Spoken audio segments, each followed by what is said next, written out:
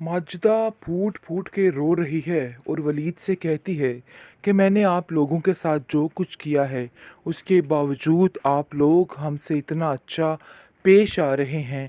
ये तुम्हारी कोई ख़ास तरबियत का असर है।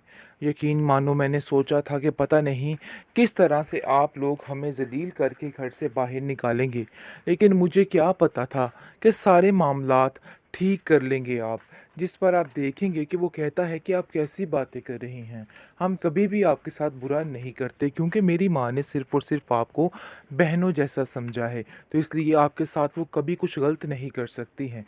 तो आपको भी परेशान होने की कोई ज़रूरत नहीं है। बाकी जो इख्तलाफ़ात थे वो बिल्कुल दिल में नहीं है मेरे, तो इसलिए बेहतर यही है कि आप भी ये बातें दिल में ना लेके आएँ। बहुत ज़्यादा माजिदा की हालत ख़राब हो जाती है और माजिदा कहती है कि मुझे समझ नहीं आ रही मिनाहिल कि आखिर मैं ज़ारा से ये सारी बातें किस तरीके से शेयर करूं, कैसे वो उसको बताऊं कि हमारे साथ क्या हो गया है।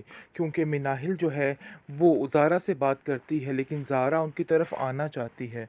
आगे से माजिदा को वो बताती है सारा कारनामा कि उसका दिल है कि वो आपसे मिलने के लिए आए, जिस पर वो उसको साफ साफ मना कर देती है और कहती है कि नहीं बेटा, अपने घर के सारी चीज़ों में अपना ध्यान दो क्योंकि तुम्हारे घर में शादी का माहौल है, तो इसलिए बेहतर यही है। क्योंकि उसने बहाना बनाना होता है तो यही बहाना बनाती है कि तुम फिक्र मत करो, इधर हम सब बहुत ज़्यादा ठीक हैं और तुम्हें परेशान होने की कोई ज़रूरत नहीं है। देखो, टेंशन लोगी तो टेंशन ही रहेगी, तो बेहतर यही है अपने दिल से सारी टेंशन निकाल दो और हम सब इधर बेहतरीन हैं, इसलिए तुम्हें हमारे लिए परेशान होने की बिल्कुल भी ज़रूरत नहीं है। लेकिन जी आप देखेंगे कि ज़ैन को कॉल कर कर के उसकी माँ थक जाती है, लेकिन वो कॉल नहीं उठाता है, बल्कि बिल्कुल अनजान सा बन के रह जाता है। ये माजिदा की सज़ा थी जो उसको मिल चुकी है और इस चीज़ की समझ उसको आहिस्ता आहिस्ता अब आ रही है कि उसने जो कुछ किया है बस उसी कारस्तानी का नतीजा हुआ है। ये ध्यान से करेगी और मुझे नहीं लगता कि ये मामलात अभी इस तरह आगे बढ़ने चाहिए। लेकिन मिनाहिल कहती है कि इन सब चीज़ों के बारे में पता तो एक दिन चलना ही है, हकीकत खुलनी तो है ही, इसलिए ज़ारा को बताना बहुत ज़रूरी है। लेकिन ज़ारा को क्या बताएं, ज़ारा बेचारी अब अपने झमेले में शुरू हो चुकी है।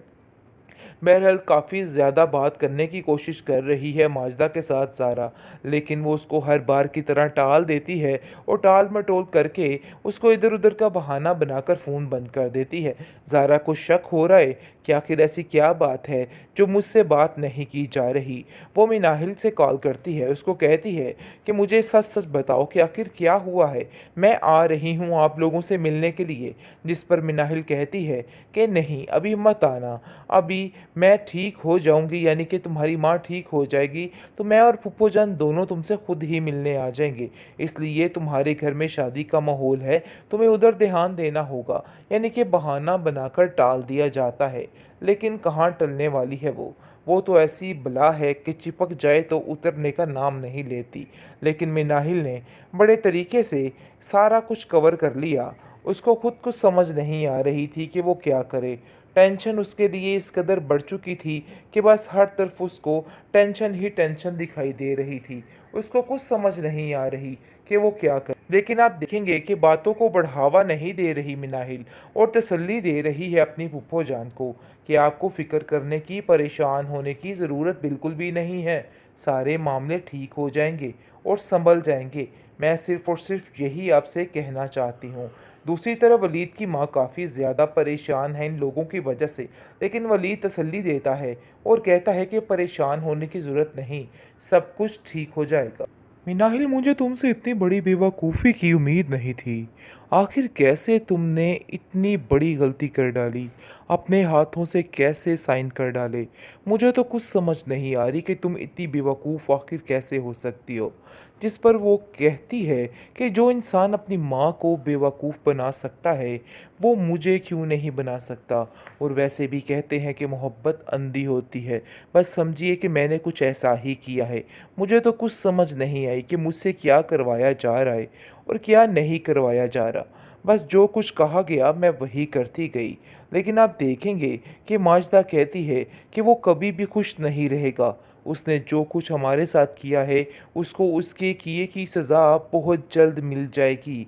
लेकिन मिनाहिल उसको अभी भी मना कर रही है और कहती है कि देखिए, इस तरह की बद्दुआएं मत कीजिए। जो हो गया सो हो गया, अब मज़ीद कुछ भी कहने का फ़ायदा नहीं है। बेहतर यही है कि देखा जाए कि अब आगे हमें क्या करना है और कहाँ पे जाना है, क्योंकि अब ये बातें सोचना और समझना काफ़ी ज़्यादा ज़रूरी हो चुका है। टेंशन काफ़ी ज़्यादा हो चुकी है, क्योंकि अब समझ नहीं आ रही वलीद को, और वलीद कहता है कि जो तुमने इतनी बड़ी हमाकत कर दी है, उसके बाद मैं आखिर क्या कहूँ? मुझे तो कुछ समझ नहीं आ रहा। वलीद की माँ कहती है कि फ़िक्र मत करो बेटा, बहुत जल्द रास्ता निकल आएगा और तुम्हें परेशान होने की कोई भी ज़रूरत नहीं है। देख लेना कि इनके सारे मामलात हल हो जाएंगे।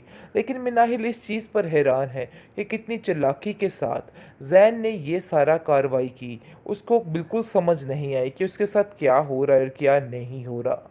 बहुत ज़्यादा माजिदा की तबीयत ख़राब होती जा रही है, क्योंकि उससे ये चीज़ बर्दाश्त नहीं हो रही। जो कुछ उसने देखा, जो कुछ उसने सुना, उसके लिए नाकाबिले इतराज़ है। ज़ारा फ़ोन कर कर के अपनी माँ को थक जाती है और कहती है कि आखिर ये गई किधर। वलीद कहता है कि किसी से भी कुछ भी कहने की ज़रूरत नहीं है। अगर आप उसके साथ कोई बात करेंगे तो वो आगे से हनान से करेगी, और मुझे नहीं लगता कि ये मामलात अभी इस तरह आगे बढ़ने चाहिए। लेकिन मिनाहिल कहती है कि इन सब चीज़ों के बारे में पता तो एक दिन चलना ही है, हकीकत खुलनी तो है ही, इसलिए ज़ारा को बताना बहुत ज़रूरी है। लेकिन ज़ारा को क्या बताएं? ज़ारा बेचारी अब अपने झमेले में शुरू हो चुकी है। बहरहाल काफ़ी ज़्यादा बात करने की कोशिश कर रही है माजिदा के साथ ज़ारा, लेकिन वो उसको हर बार की तरह टाल देती है और टाल-मटोल करके उसको इधर-उधर का बहाना बनाकर फ़ोन बंद कर देती है। ज़ारा को शक हो रहा है कि आखिर ऐसी क्या बात है जो मुझसे बात नहीं की जा रही। वो मिनाहिल से कॉल करती है, उसको कहती है कि मुझे सच-सच बताओ कि आखिर क्या हुआ है? मैं आ रही हूँ आप लोगों से मिलने के लिए। जिस पर मिनाहिल कहती है कि नहीं, अभी मत आना, अभी मैं ठीक हो जाऊँगी, यानी कि तुम्हारी माँ ठीक हो जाएगी, तो मैं और फूफो जान दोनों तुमसे खुद ही मिलने आ जाएँगे। इसलिए तुम्हारे घर में शादी का माहौल है, तुम्हें उधर ध्यान देना होगा। यानी कि बहाना बनाकर टाल दिया जाता है, लेकिन कहाँ टलने वाली है वो। वो तो ऐसी बला है कि चिपक जाए तो उतरने का नाम नहीं लेती। लेकिन मिनाहिल ने बड़े तरीके से सारा कुछ कवर कर लिया। उसको खुद कुछ समझ नहीं आ रही थी कि वो क्या करे। टेंशन उसके लिए इस कदर बढ़ चुकी थी कि बस हर तरफ उसको टेंशन ही टेंशन दिखाई दे रही थी। उसको कुछ समझ नहीं आ रही कि वो क्या करे। लेकिन आप देखेंगे कि बातों को बढ़ावा नहीं दे रही मिनाहिल, और तसल्ली दे रही है अपनी फूफो जान को कि आपको फ़िक्र करने की, परेशान होने की ज़रूरत बिल्कुल भी नहीं है। सारे मामले ठीक हो जाएंगे और संभल जाएंगे। मैं सिर्फ़ और सिर्फ यही आपसे कहना चाहती हूँ। दूसरी तरफ वलीद की माँ काफ़ी ज़्यादा परेशान है इन लोगों की वजह से, लेकिन वलीद तसल्ली देता है और कहता है कि परेशान